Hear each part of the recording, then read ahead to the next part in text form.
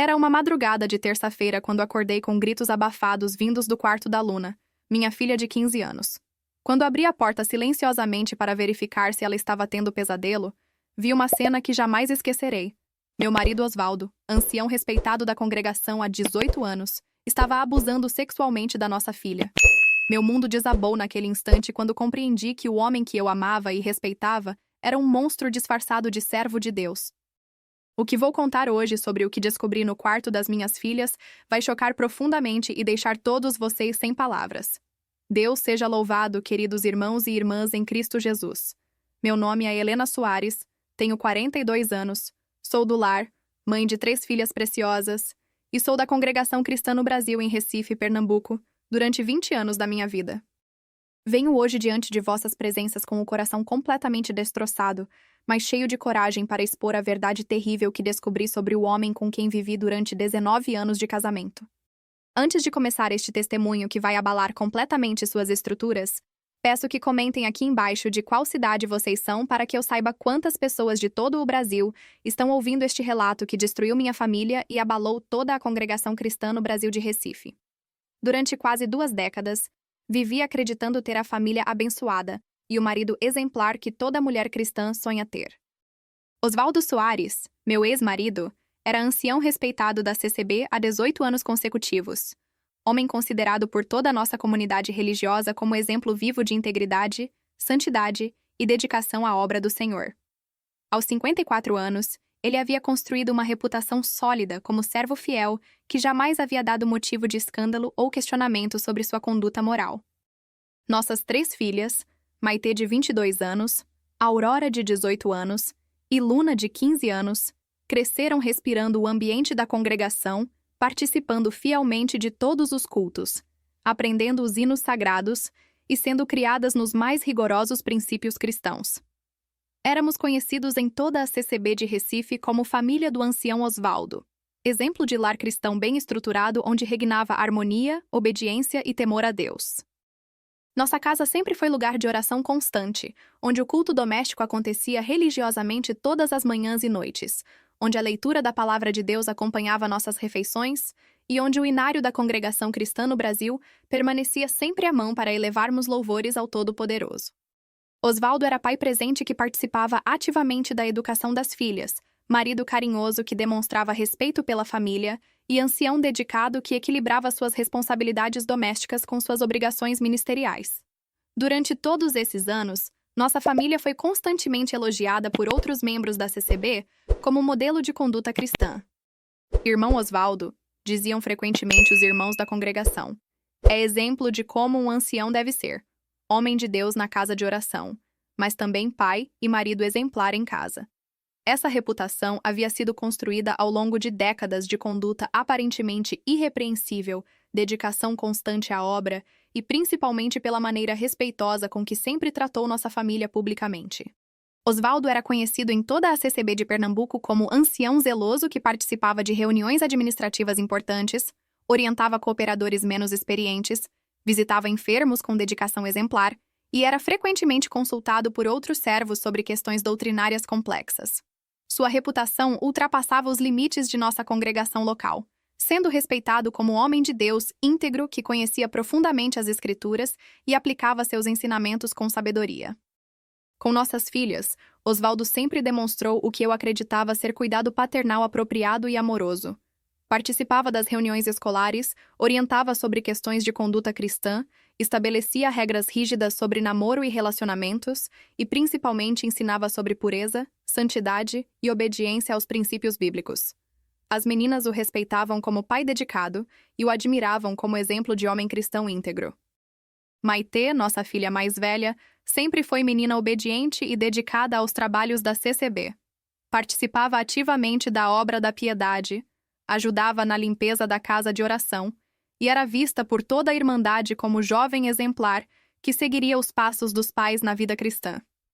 Aurora, a do meio, demonstrava talento natural para a música e tocava órgão nos cultos da congregação desde os 14 anos. Luna, a caçula, era criança alegre e inteligente que crescia com amor pela palavra de Deus e zelo pelas coisas sagradas. O que mais me orgulhava como mãe era ver como nossas filhas respeitavam e obedeciam ao pai sem questionamentos. Quando Osvaldo estabelecia regras sobre horários, roupas, amizades ou atividades, elas acatavam imediatamente sem discussão. Quando ele as orientava sobre conduta cristã ou questões espirituais, elas ouviam atentamente e seguiam seus conselhos. Eu interpretava essa obediência como fruto de educação cristã sólida e autoridade paterna bem estabelecida. Durante todos esses anos, nunca houve sinais evidentes que pudessem me alertar sobre a realidade terrível que estava acontecendo dentro da minha própria casa. Osvaldo mantinha a rotina normal de ancião dedicado, participava de todos os cultos da CCB, visitava enfermos, atendia irmãos necessitados e cumpria todas suas obrigações ministeriais sem demonstrar qualquer comportamento suspeito ou inadequado. Em casa, ele era marido atencioso que demonstrava carinho pela família, pai presente que participava da vida das filhas e homem dedicado que provinha nossas necessidades materiais com dignidade. Nunca houve discussões violentas, nunca houve comportamentos agressivos, nunca houve situações que pudessem sugerir que algo terrível estava acontecendo sob a aparência de normalidade cristã. O que eu não sabia era que Osvaldo havia desenvolvido uma capacidade terrível de viver dupla vida. Publicamente, era o ancião respeitado e o pai exemplar. Secretamente, era predador sexual que abusava das próprias filhas usando sua autoridade paterna e sua posição religiosa para silenciar suas vítimas.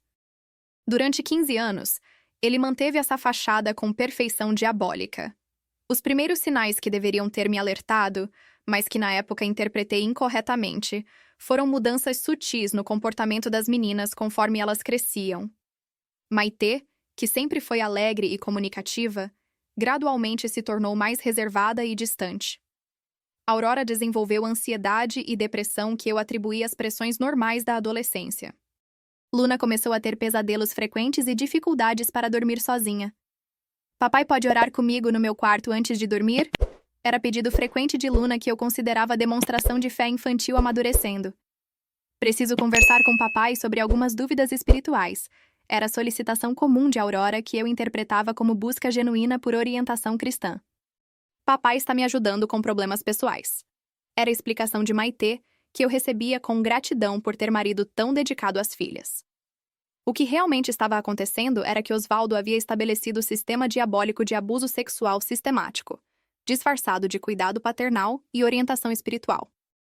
Ele usava momentos de oração particular para molestar Luna, aproveitava conversas sobre questões femininas para abusar de Aurora e utilizava aconselhamentos sobre namoro e pureza para violentar Maitê de maneiras que me recuso a detalhar neste testemunho.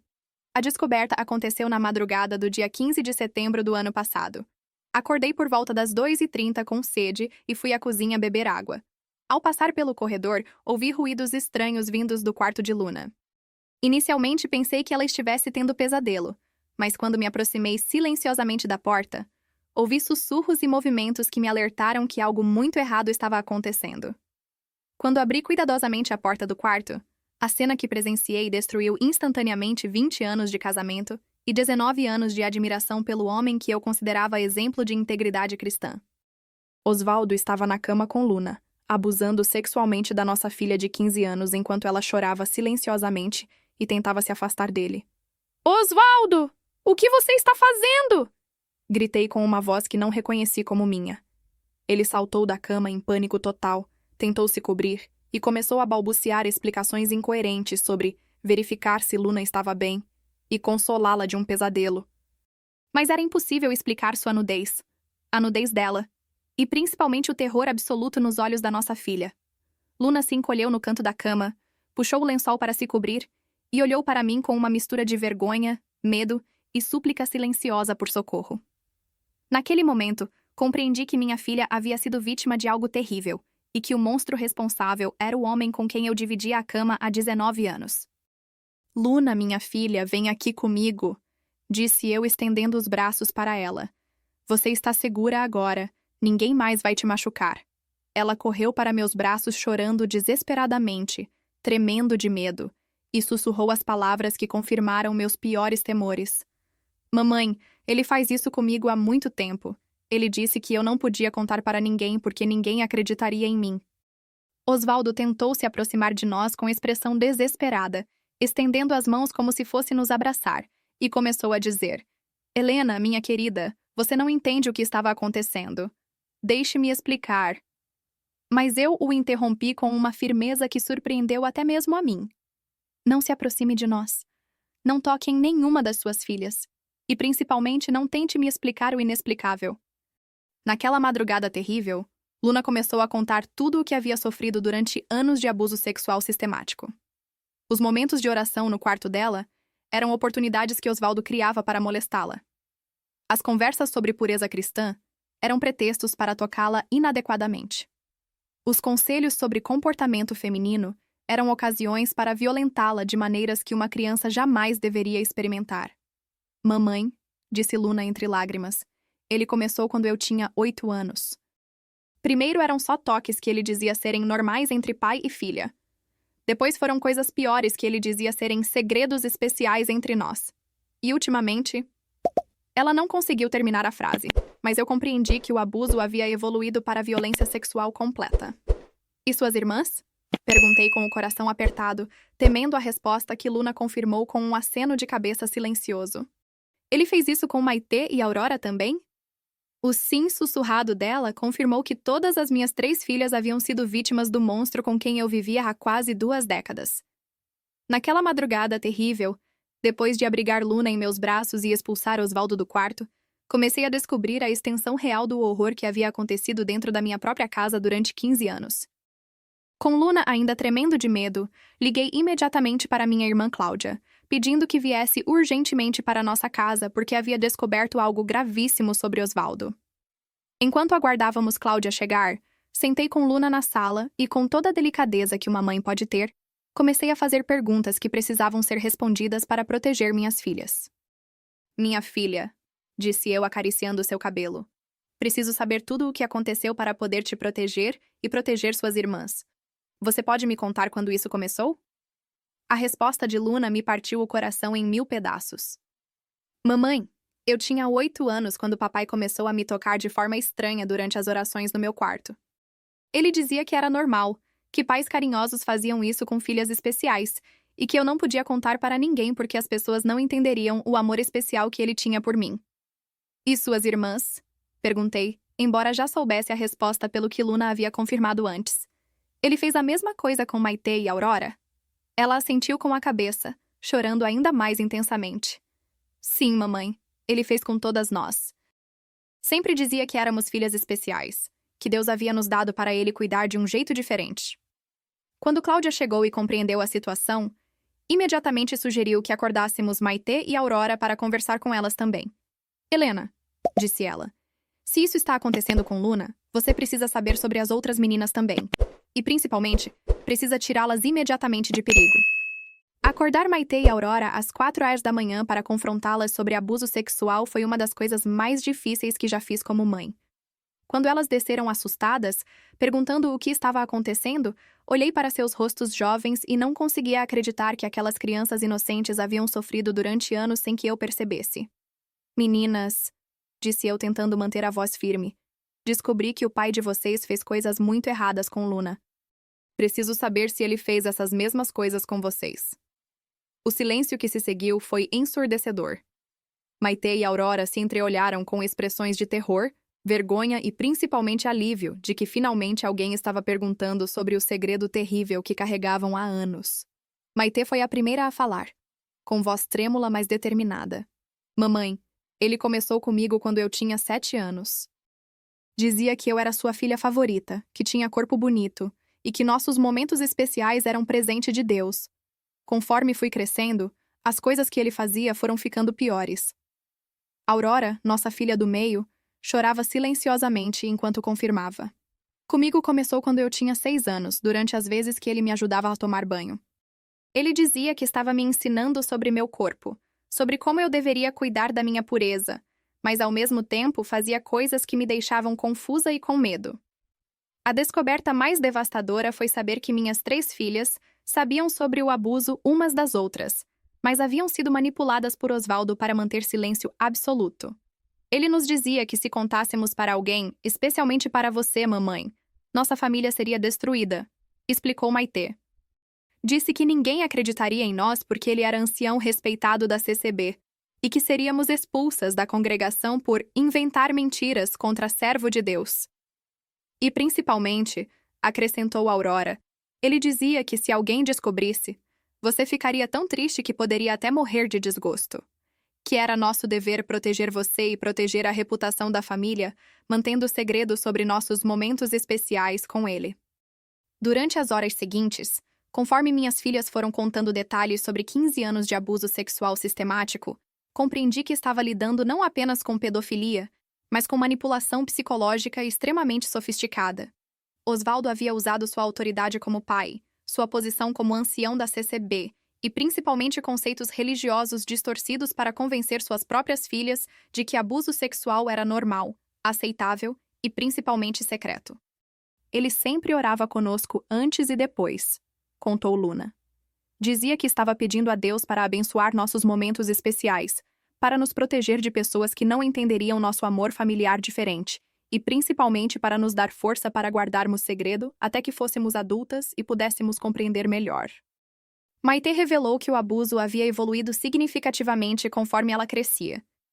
Quando completei 16 anos, ele começou a dizer que eu estava virando mulher e que precisava aprender sobre relacionamentos íntimos, que era melhor aprender com ele, que me amava, do que com rapazes da minha idade que só queriam me usar. Aurora contou que Osvaldo usava versículos bíblicos distorcidos para justificar seus atos. Ele citava sobre Abraão e Sara, sobre Isaque e Rebeca, dizendo que na Bíblia homens mais velhos cuidavam de mulheres jovens de forma especial, que nosso relacionamento era como os relacionamentos bíblicos que Deus havia abençoado. A manipulação mais diabólica foi descobrir que Osvaldo havia usado conceitos da própria CCB para controlar suas vítimas. Ele dizia que na congregação as mulheres devem ser submissas aos homens, que filhas devem obedecer aos pais em tudo, e que questionar a autoridade masculina era pecado contra Deus, revelou Maitê. Por isso nunca questionamos o que ele fazia conosco. Às 6 da manhã, com todas as confissões feitas e a extensão do horror completamente revelada, tomei a decisão mais importante da minha vida. Meninas, vamos à delegacia agora mesmo denunciar tudo o que aconteceu. Não importa se ele é ancião da CCB, não importa se isso vai causar escândalo, não importa as consequências. Vocês foram abusadas durante anos e ele vai pagar por isso. A reação de minhas filhas foi mista. Luna demonstrou alívio imenso. Obrigada, mamãe, por acreditar em nós e por ter coragem de fazer alguma coisa. Maitê ficou nervosa. Mamãe, você tem certeza? Ele disse que se contássemos, nossa vida viraria inferno. Aurora estava aterrorizada. E se ninguém acreditar em nós? E se disserem que estamos mentindo contra o homem de Deus? Meninas, disse eu com firmeza que não sabia possuir. Não importa o que digam ou o que aconteça. Vocês são minhas filhas. Foram abusadas por um criminoso. E minha obrigação como mãe é protegê-las e buscar justiça. Se ele usou a autoridade religiosa para cometer crimes, isso torna seus atos ainda mais graves. Antes de sairmos para a delegacia, confrontei Osvaldo uma última vez. Ele estava sentado na cozinha, cabisbaixo, claramente sabendo que sua vida dupla havia sido descoberta e que enfrentaria consequências terríveis. Osvaldo, disse eu, suas filhas contaram tudo. 15 anos de abuso, manipulação, violência. Como você pôde fazer isso com suas próprias filhas? Como pôde usar sua posição de ancião para cometer crimes hediondos? Sua reação foi patética tentativa de minimizar e justificar o injustificável. Helena, você precisa entender que eu amo nossas filhas. Nunca fiz nada para machucá-las. Tudo o que aconteceu foi expressão de amor paternal especial. As meninas estão exagerando por estarem confusas sobre sentimentos normais entre pai e filhas. Amor paternal especial? Respondi com indignação que fez minha voz tremer. Você abusou sexualmente de crianças de 6, 7 e 8 anos. Você violentou suas próprias filhas durante 15 anos. Você usou a autoridade de ancião da CCB para silenciar suas vítimas. Isso não é amor, Osvaldo. Isso é crime hediondo que destruiu a vida de 3 crianças inocentes. Quando finalmente admitiu a verdade, suas palavras confirmaram que eu estava lidando com um predador sexual que havia usado religião como ferramenta de manipulação. Helena, eu tenho problema. Sei que é errado, mas não consigo controlar. Quando vejo nossas filhas crescendo, desenvolvendo corpos de mulher, Sinto atração que não deveria sentir. Tentei resistir. Orei constantemente. Mas a tentação foi mais forte. E a CCB? Perguntei. Como você conseguiu manter posição de ancião durante todos esses anos cometendo crimes contra suas próprias filhas? Como conseguiu pregar sobre pureza, santidade e família cristã sendo pedófilo? Sua resposta revelou o lado mais calculista de sua personalidade. Ninguém jamais suspeitou porque sempre fui cuidadoso, sempre mantive aparências, sempre cumpri minhas obrigações ministeriais impecavelmente. Às 8 horas da manhã, chegamos à Delegacia de Proteção da Criança e do Adolescente de Recife. A delegada responsável, doutora Márcia Santos, nos recebeu com profissionalismo e sensibilidade, compreendendo imediatamente a gravidade da situação que estávamos relatando. Durante 6 horas consecutivas, cada uma de minhas filhas prestou depoimento detalhado sobre 15 anos de abuso sexual sistemático. A delegada fez perguntas específicas, solicitou detalhes sobre datas e situações, e principalmente garantiu que todas as evidências fossem adequadamente coletadas para garantir que Osvaldo enfrentasse todas as consequências legais de seus crimes. Senhora Helena, disse a doutora Márcia ao final dos depoimentos, suas filhas foram muito corajosas ao falar sobre situações tão difíceis. O caso que vocês trouxeram é extremamente grave e será investigado com todo rigor. O senhor Osvaldo será preso preventivamente hoje mesmo e responderá por múltiplos crimes de estupro de vulnerável. Às 14h30 daquela segunda-feira que mudou nossas vidas para sempre, policiais foram à nossa casa para prender Osvaldo. Quando viram as algemas, minhas filhas tiveram reações diferentes. Luna sentiu alívio, Maitê chorou, Aurora ficou em silêncio.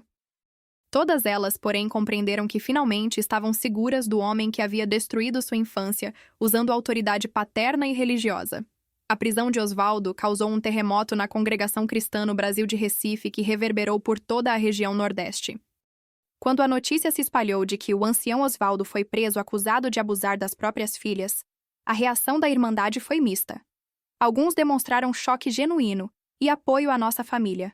Outros questionaram se as acusações eram verdadeiras, alegando que homem tão dedicado à obra jamais faria algo assim. No primeiro culto após a prisão dele, nossa chegada na casa de oração causou comoção visível. Algumas irmãs nos abraçaram com lágrimas nos olhos, demonstrando solidariedade e prometendo orações. Outras nos evitavam claramente, sussurrando entre si e nos olhando com desconfiança. E havia aquelas que faziam perguntas diretas e inadequadas. Helena, tem certeza de que as meninas não estão exagerando? Osvaldo sempre foi tão dedicado. O ancião responsável pela administração local, irmão Antônio, nos chamou para reunião particular após aquele culto tenso.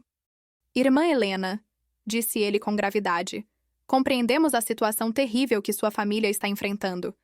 A congregação apoiará vocês durante este período difícil, mas também precisamos tratar adequadamente desta situação que afeta toda a nossa comunidade. Durante as semanas seguintes, a CCB de Recife implementou mudanças drásticas em seus protocolos de segurança. Foi estabelecido que nenhum servo poderia ficar sozinho com menores de idade, que todas as orientações a jovens aconteceriam na presença de outros adultos, e principalmente que qualquer suspeita de conduta inadequada seria comunicada imediatamente às autoridades competentes, independentemente da posição da pessoa envolvida. O caso do irmão Osvaldo nos ensinou que reputação e tempo de serviço não garantem caráter íntegro, declarou o irmão Antônio durante reunião administrativa. Nossa responsabilidade como liderança é proteger os vulneráveis, especialmente as crianças de nossas famílias. Falhamos nessa responsabilidade ao confiar cegamente sem supervisionar adequadamente. A investigação policial revelou que Osvaldo seguia padrões similares aos de outros predadores sexuais em contextos religiosos que haviam sido expostos nacionalmente.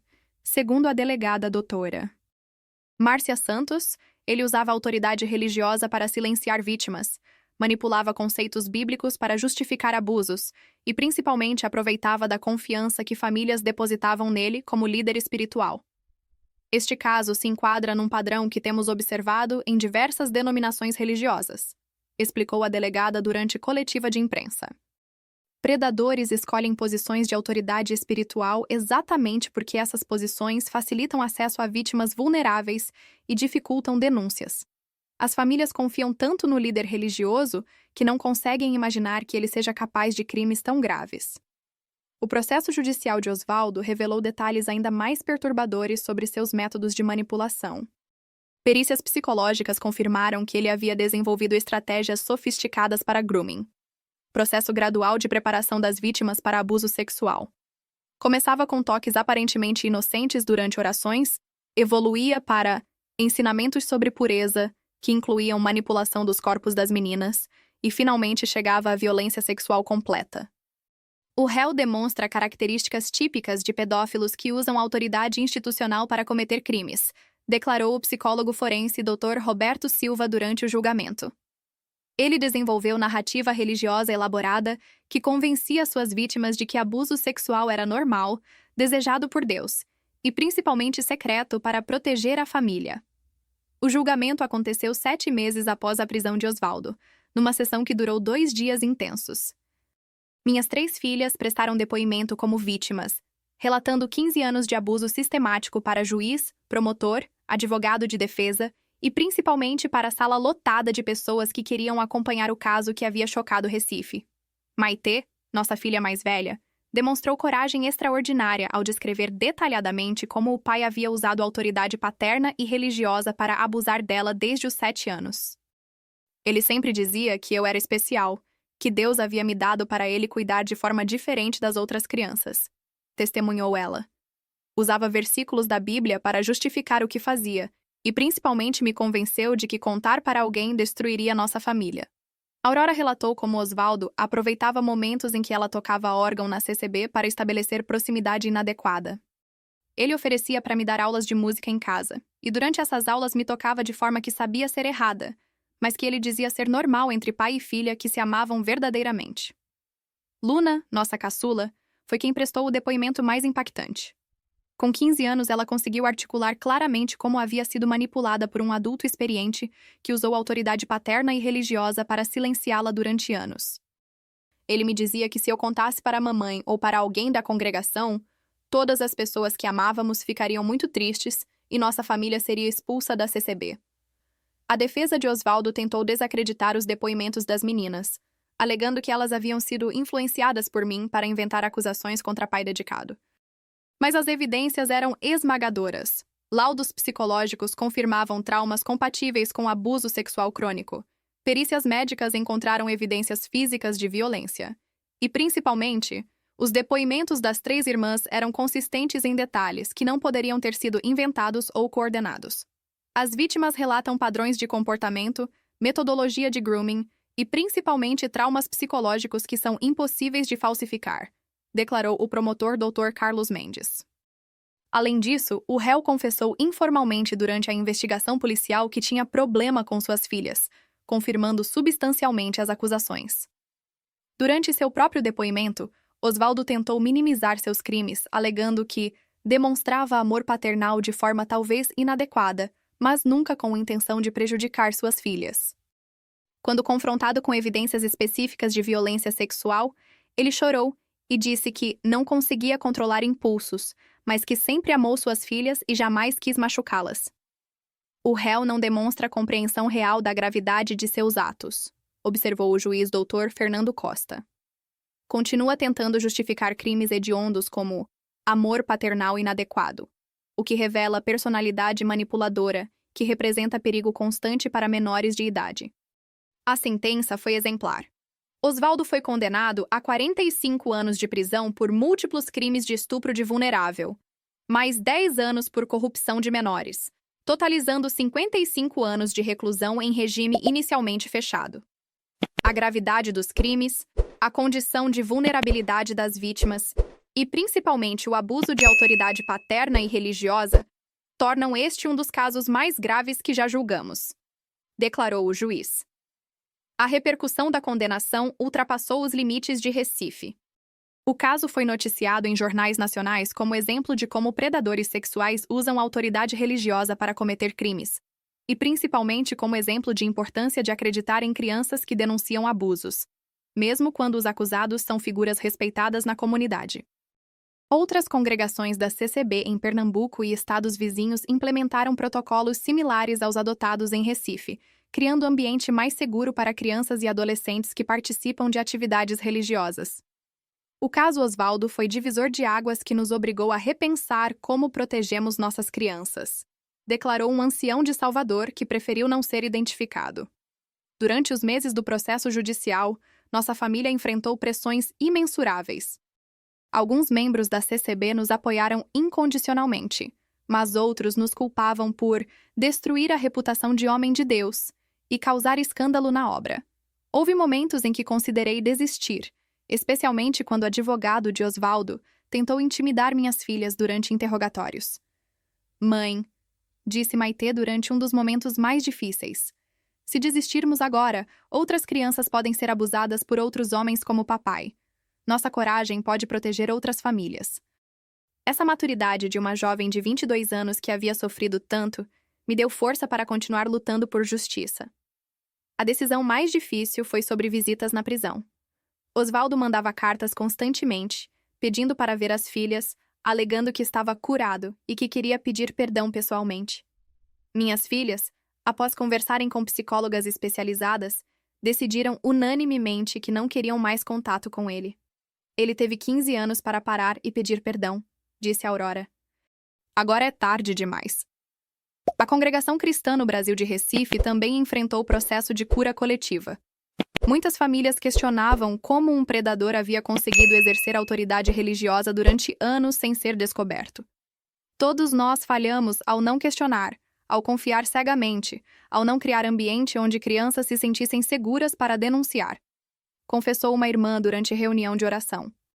Hoje, 2 anos após aquela madrugada terrível que mudou nossas vidas para sempre, posso testemunhar que Deus operou cura em nossa família de maneiras que jamais imaginei possíveis nos momentos mais escuros da provação. Nossa jornada não foi fácil. Enfrentamos anos de terapia intensiva, pesadelos constantes, desconfiança em figuras de autoridade e, principalmente, a tarefa hercúlea de reconstruir a capacidade de confiar em pessoas e em Deus após traição tão devastadora. O primeiro ano após a condenação de Osvaldo foi o mais desafiador para nossa cura familiar. Minhas 3 filhas enfrentaram diferentes estágios de processamento do trauma que haviam vivido. Maitê, sendo a mais velha, desenvolveu inicialmente raiva intensa contra todos os homens, incluindo cooperadores e anciãos da CCB. Aurora lutou contra a depressão profunda que a fazia questionar se tinha culpa pelos abusos que sofreu. Luna, nossa caçula, teve pesadelos constantes e ataques de pânico sempre que algum homem se aproximava dela. Mamãe, disse Maitê numa conversa crucial durante terapia familiar. Como posso confiar em qualquer homem novamente? Se meu próprio pai, que deveria me proteger, foi quem mais me machucou na vida, como posso acreditar que existem homens bons? Era a pergunta legítima de jovem que havia perdido completamente a capacidade de confiar em figuras masculinas de autoridade. A terapia especializada foi fundamental para a nossa recuperação. Doutora Patrícia Lima, psicóloga especializada em trauma infantil e abuso sexual, trabalhou conosco durante 2 anos para nos ensinar a processar a dor sem permitir que ela destruísse nossa capacidade de viver, amar e principalmente confiar em Deus. Vocês sobreviveram ao pior que poderia acontecer, dizia ela. Agora precisam aprender a viver novamente. Parte do processo de cura envolveu compreender que os crimes de Osvaldo não representavam falha de Deus, mas escolhas perversas de homem que usou autoridade religiosa para fins diabólicos. Deus não causou o que vocês sofreram, explicou o ancião Antônio durante aconselhamento pastoral. Um homem mau usou o nome de Deus para justificar crimes terríveis. Mas o mesmo Deus que permitiu que a verdade fosse revelada é o Deus que pode curar corações quebrados. Maitê foi a primeira a demonstrar sinais de cura genuína quando decidiu dedicar sua vida a ajudar outras vítimas de abuso sexual. Formou-se em psicologia e hoje trabalha num centro de atendimento a crianças abusadas, usando sua experiência dolorosa para identificar sinais que outros profissionais podem não perceber. Minha dor ganhou propósito, diz ela. Se meu sofrimento pode proteger outras crianças, então não foi completamente em vão. Aurora encontrou cura através da música. Embora tenha parado de tocar órgão na CCB por um período, gradualmente retornou à música como forma de expressar suas emoções e louvar a Deus pela libertação de anos de silêncio e medo. Hoje ela compõe hinos sobre proteção divina, cura de traumas, e principalmente sobre como Deus pode transformar dor em adoração genuína. Luna, nossa caçula, demonstrou resistência extraordinária durante sua adolescência conturbada. Com apoio psicológico consistente e muito amor familiar, ela conseguiu completar seus estudos, desenvolver relacionamentos saudáveis com colegas e, principalmente, manter sua fé em Deus apesar dos traumas vividos. Deus não me abandonou quando eu mais precisava, testemunha ela. Ele usou mamãe para me proteger quando não consegui me proteger sozinha. Nossa relação com a congregação cristã no Brasil passou por transformação significativa. Inicialmente, consideramos abandonar completamente a vida religiosa, pois a associação entre autoridade espiritual e abuso sexual era demasiadamente dolorosa. Mas gradualmente compreendemos que criminosos existem em todas as instituições e que nossa fé verdadeira estava em Deus, não em organizações humanas. A congregação local nos acolheu com amor extraordinário durante todo o processo de cura. Irmãs se organizaram para nos apoiar emocionalmente, financeiramente e espiritualmente. Famílias abriram suas casas para nós quando precisávamos de refúgio temporário. E, principalmente, a liderança implementou mudanças reais para proteger outras crianças de sofrerem o que minhas filhas sofreram. O caso de vocês mudou nossa congregação para melhor, declarou o irmão Antônio. Aprendemos que amor verdadeiro significa proteger os vulneráveis, questionar autoridades quando necessário, e principalmente criar ambiente onde crianças se sintam seguras para falar sobre qualquer situação inadequada que enfrentem. Os protocolos implementados pela CCB de Recife se tornaram modelo para outras congregações em todo o Brasil. Hoje existe canal direto para denúncias anônimas, treinamento obrigatório para todos os servos sobre identificação de sinais de abuso e principalmente política de tolerância zero para qualquer conduta inadequada com menores de idade, independentemente da posição da pessoa envolvida. 2 outras vítimas de Osvaldo, que não eram de nossa família, encontraram coragem para se manifestar após nossa denúncia pública. Eram meninas da própria congregação que ele havia molestado durante aconselhamentos particulares, usando os mesmos métodos de manipulação psicológica e autoridade religiosa. Seus depoimentos foram fundamentais para aumentar a pena dele e confirmar que éramos parte de padrão sistemático de predação sexual. Ver vocês tendo coragem de denunciar me deu força para contar minha própria história, declarou uma dessas vítimas. Durante anos achei que era a única, que ninguém acreditaria em mim, que era minha culpa de alguma forma. Vocês me mostraram que a culpa nunca foi nossa. Nosso trabalho atual inclui palestras em escolas, igrejas e organizações sobre proteção infantil e sinais de abuso sexual. Compartilhamos nossa experiência para ensinar pais, educadores e líderes religiosos sobre como criar ambientes seguros para crianças e como responder adequadamente quando elas relatam situações inadequadas. A experiência terrível que vivemos, explica Luna durante nossas apresentações, nos ensinou que crianças precisam saber que podem contar qualquer coisa para adultos de confiança sem medo de julgamento ou descrença. E, principalmente, que adultos têm obrigação de acreditar e proteger, mesmo quando as acusações envolvem pessoas respeitadas. Uma das lições mais importantes que aprendemos foi sobre a diferença entre perdão cristão e segurança pessoal. Perdoamos Osvaldo como mandamento bíblico, mas isso não significou permitir que ele continuasse tendo acesso a nós ou a outras crianças. Perdão protege nosso coração da amargura, ensina nossa terapeuta, mas sabedoria protege outras pessoas de predadores. Minhas filhas, agora jovens adultas, desenvolveram relacionamentos saudáveis com homens íntegros que respeitam suas histórias e suas necessidades de segurança emocional. Maitê está namorando o rapaz da congregação que compreende sua dedicação a vítimas de abuso e apoia seu trabalho. Aurora encontrou companheiro que compartilha sua paixão pela música e pela adoração. Luna está focada em seus estudos, mas desenvolveu amizades saudáveis com rapazes de sua idade. Não permitimos que os crimes de nosso pai destruíssem nossa capacidade de confiar em homens bons, declara Maitê. Aprendemos a distinguir entre a autoridade legítima que protege e a autoridade corrompida que explora. Existem homens íntegros que honram a Deus e protegem famílias, e existem predadores que usam autoridade para fins diabólicos. Nossa vida financeira também foi reconstruída com dignidade. Trabalho como auxiliar administrativa numa empresa cristã, cujo proprietário conhecia nossa história e nos ofereceu oportunidade de recomeço. Maitê tem salário adequado como psicóloga. Aurora complementa nossa renda dando aulas de música. E, principalmente, recebemos indenização civil de Osvaldo, que nos permite investir na educação das meninas e em nosso trabalho de conscientização. A questão da família extensa foi complexa. Os parentes de Osvaldo inicialmente se dividiram entre aqueles que nos apoiaram e aqueles que questionaram se as acusações eram verdadeiras. Com o tempo, conforme evidências se acumularam e principalmente após a condenação definitiva, todos compreenderam que suas netas haviam sido vítimas de predador sexual que usava posição familiar e religiosa para cometer crimes.